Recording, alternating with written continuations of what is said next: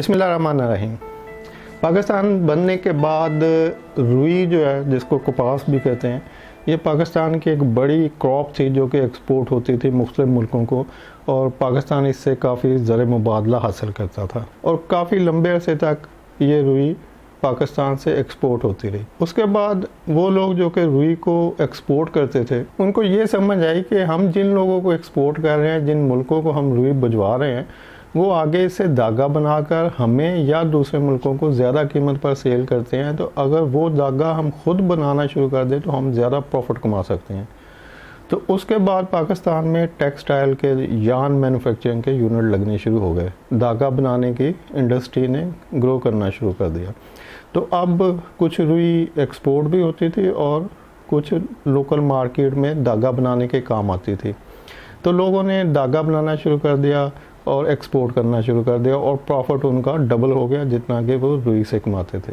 अब वो जिन मुल्कों को धागा भिजवा रहे थे, जो एक्सपोर्टर, कुछ और ऐसा गुजरने के बाद उनको समझ आई कि ये हमारे भेजे हुए धागे से कपड़ा बनाते हैं और उसको ज़्यादा कीमत पर सेल करते हैं, तो क्यों ना हम कपड़ा बनाने की मशीनें भी लगा लें और इनको कपड़ा ही एक्सपोर्ट करें। तो इस तरह से पाकिस्तान में यार्न के बाद क्लॉथ मैन्युफैक्चरिंग यानी फैब्रिकेशन जो है, वीविंग जिसको कहते हैं, वो प्रोडक्शन भी शुरू हो गई, मशीनें लगना शुरू हो गई। टेक्सटाइल यूनिट, वीविंग यूनिट, जिनके यार्न यूनिट थे उन्होंने वीविंग भी लगाने शुरू कर दिए, या जिन्होंने नए वीविंग लगाए उन्होंने यार्न दूसरे यूनिट से परचेज करना शुरू कर दिया। तो इस तरह यार्न प्लस वीविंग दोनों का बिजनेस मार्केट में बढ़ना शुरू हो गया। टेक्सटाइल मिलें धड़ाधड़ लगनी शुरू हो गई और एक्सपोर्ट बहुत ज़्यादा बढ़ गई। इसके बाद उनको कुछ और ऐसा गुजरने के बाद थोड़ी और अकल आई, समझ आई, तो उन्होंने इसके अंदर प्रिंटिंग भी शुरू कर दी।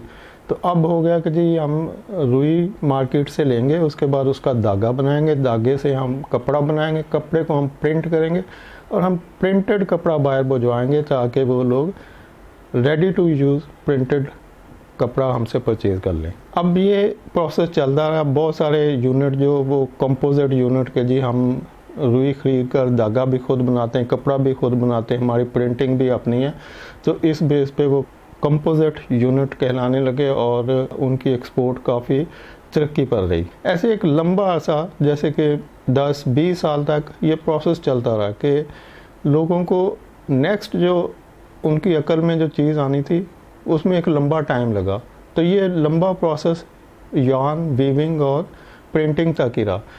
तो एक लंबा टाइम गुजरने के बाद उनको थोड़ी और अकल आई, तो उन्होंने सोचा कि यार ये जो लोग हमसे प्रिंटेड कपड़ा लेते हैं, डाइड कपड़ा लेते हैं, ये तो आगे स्टिच करते हैं, तो क्यों ना हम स्टिचिंग यूनिट भी खुद लगा लें। तो अब ये जो अकल आई, जिसमें कोई 15-20 साल लग गए, तो उसके बाद पाकिस्तान में स्टिचिंग के यूनिट धड़ाधड़ लगना शुरू हो गए और उसमें ज़्यादातर जीन्स के यूनिट थे, फिर गारमेंट्स, डिफरेंट गारमेंट्स बनाने के यूनिट थे।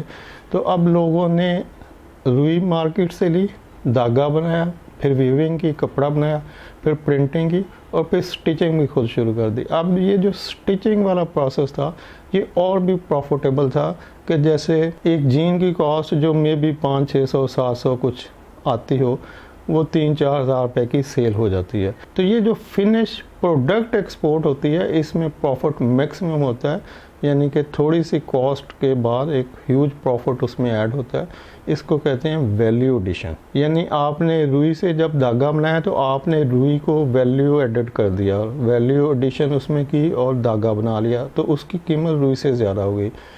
उस धागे से जब कपड़ा बना तो उसकी कीमत और ज़्यादा हो गई, और कपड़े को जब प्रिंट किया या स्टिच किया तो उसकी कीमत और ज़्यादा बढ़ गई। तो जब भी आप किसी प्रोडक्ट में वैल्यू एडिशन करते हैं तो उसकी प्राइस एकदम से कई गुना ज़्यादा बढ़ जाती है। तो पाकिस्तान में इस वक्त जितने भी पुराने टेक्सटाइल मैन्युफैक्चरर थे, वो ऑलमोस्ट सारे अपनी अपनी फिनिश प्रोडक्ट मार्केट में सेल कर रहे हैं। उसमें लेडीज़ गारमेंट्स हों, जेंट्स गारमेंट्स हों, एक्सपोर्ट भी हो रहे हैं, लोकल मार्केट में भी सेल हो रहे हैं, और वो लोग धड़ाधड़ उसमें कमाई कर रहे हैं क्योंकि ये वैल्यू एडेड प्रोडक्ट है। इस तरह से एक और एग्जांपल शेयर करता हूँ आपसे कि 1995 तक, 95-6 इसी टाइम के अराउंड पाकिस्तान में फ़्लाइंग कोच चलती थी, जो कि जैसे मैं अक्सर फैसलाबाद से लाहौर आता था तो वो 15 रुपये लेती थी, और वो flying coach air condition coach होती थी और वो एलीट क्लास की कोच होती थी। मतलब जो फ्लाइंग कोच का तस्वर था वो अमीर लोगों का तस्वर था कि जी जो अमीर लोग हैं वो इसमें बैठते हैं, और बाकी लोग तो नॉन एसी बस होती थी जो कि जिसके शीशे टूटे हुए होते थे, खिड़कियां टूटी हुई होती थी।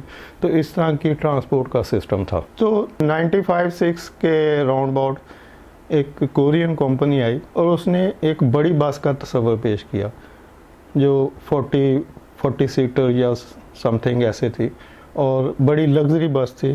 तो जब वो बस आई और वो जो फ्लाइंग कोच 15 रुपये ले रही थी तो उसने अपना किराया 200 रुपये रखा। तो अब 15 रुपये और 200 रुपये, इतना ह्यूज डिफरेंस क्यों है? ये वैल्यू एडिशन थी। यानी लोगों ने एक चीज़ देखी ही नहीं थी, लोगों ने ऐसी चीज़ देखी और उनका जो सिस्टम था टाइम मैनेजमेंट का कि हमने इस तरह से अपने टाइम को मैनेज करना है और हमने सेफ्टी देनी है, सिक्योरिटी देनी है। मतलब उन्होंने कुछ ऐसी चीज़ें ऐड की, कुछ वैल्यू एडिशन की उसी जनरल ट्रांसपोर्ट में जो कि लोग पहले से वेल कर रहे थे, और अपने प्राइस को कई गुना ज़्यादा कर दिया और लोग उसको पे करते रहे और अभी भी कर रहे हैं।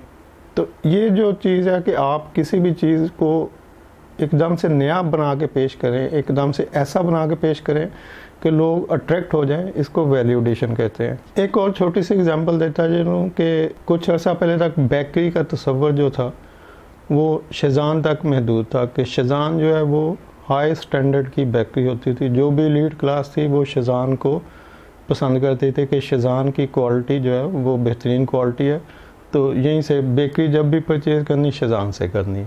लेकिन जब गोरमे ने एंट्री दी तो उसने सेम क्वालिटी की प्रोडक्ट्स लेकिन एक नई ब्रांडिंग के साथ कि जिसमें एक लश पश शॉप, एयर कंडीशन शॉप और चीज़ों की हाइजीन, सफाई सुथराई, लोगों के यूनिफॉर्म, मतलब सेम वो पुरानी चीज़ को कुछ पॉलिश करके एक नए आइडिया के साथ पेश किया और वो इतनी पॉपुलर हुई कि हर इलाके में गोरमे का एक सेल पॉइंट और लार्ज सेल अपॉर्चुनिटी उनको मिल गई। तो मकसद कहने का ये कि आप किसी भी पुरानी चीज़ को वैल्यू ऐड करते हैं जब, तो वो एकदम से नई और मैक्सिमम प्रॉफिट की तरफ चली जाती है।